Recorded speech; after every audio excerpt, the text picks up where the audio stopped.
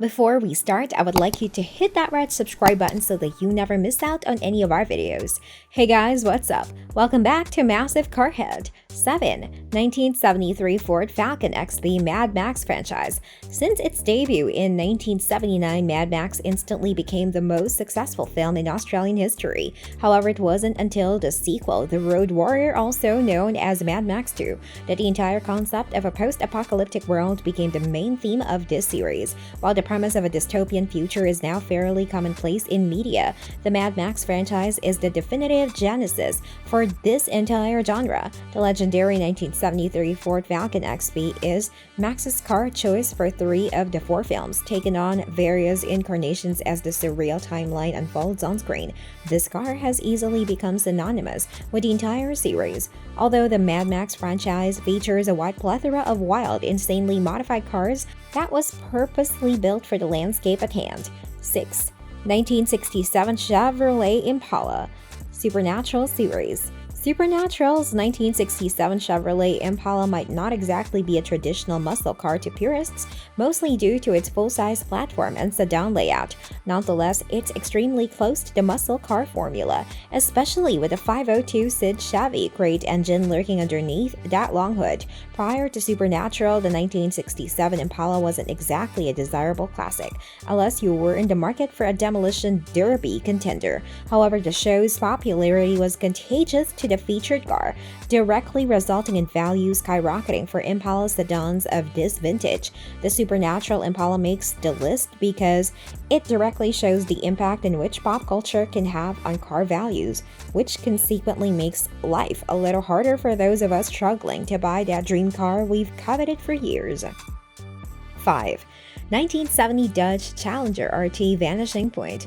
Vanishing Point is the absolute apotheosis of a proper car chase film. The plot is thin, circling upon a delivery driver known only as Kowalski, who's tasked with transporting a 440-powered 1970 Dodge Challenger RT from Denver to San Francisco. After making a bet with his drug dealer that he can cover the ground in only 15 hours, Kowalski ends up on a massive amphetamine-fueled police chase that spans across 4 states and results in some of the greatest driving sequences ever captured on film. 4. 1973 Chevrolet Malibu Drive. 2011's Drive was a surreal psychological thriller that centers in on a nameless character credited simply as Driver, played by Ryan Gosling. Driver works as a stuntman in the film industry by day, but spends his nights moonlighting as a getaway driver for hire. Altogether, Drive shows off some interesting cars. The main character's 1973 Chevy Malibu is easily the most memorable. In an interesting twist, director Nicholas Winding Refn allowed Gosling to choose the car in which his character would use, which led to the selection of a rusted-out hulk of a Malibu. To prepare for the role, Gosling then set about completely rebuilding the car himself, with only the transmission being left to professionals. Number 3. 1967 Shelby GT500 Gone in 60 Seconds remake. The original Gone in 60 Seconds is an utter legend, although most would be totally unaware of its existence without the 2000 remake. This legendary 1967 Shelby GT500 Eleanor was the main focal point for the entire film.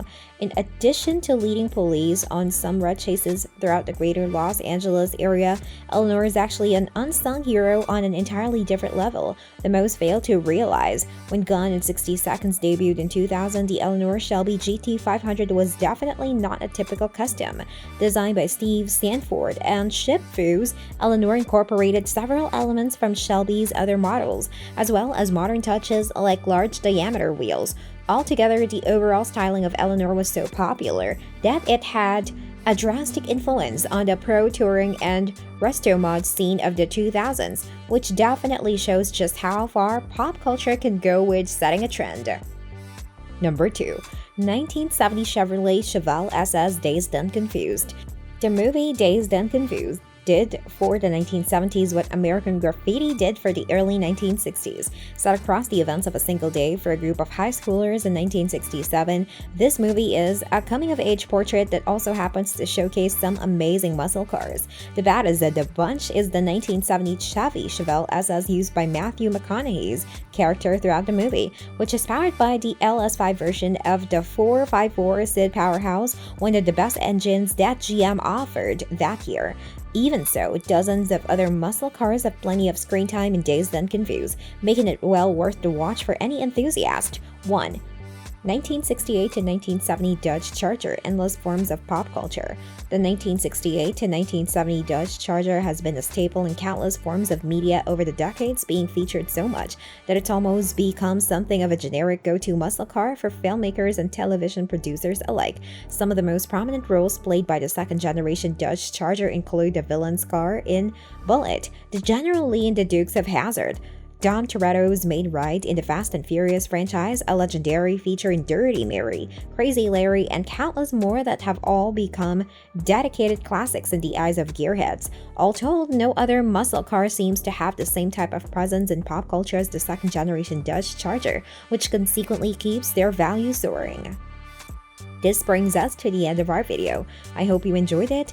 Hit like if you did, and don't forget to subscribe to our channel so that you don't miss any of our videos in the future. Also watch the 2 videos that are on your screen because I'm sure you love them. With that, I'll see you in the next video.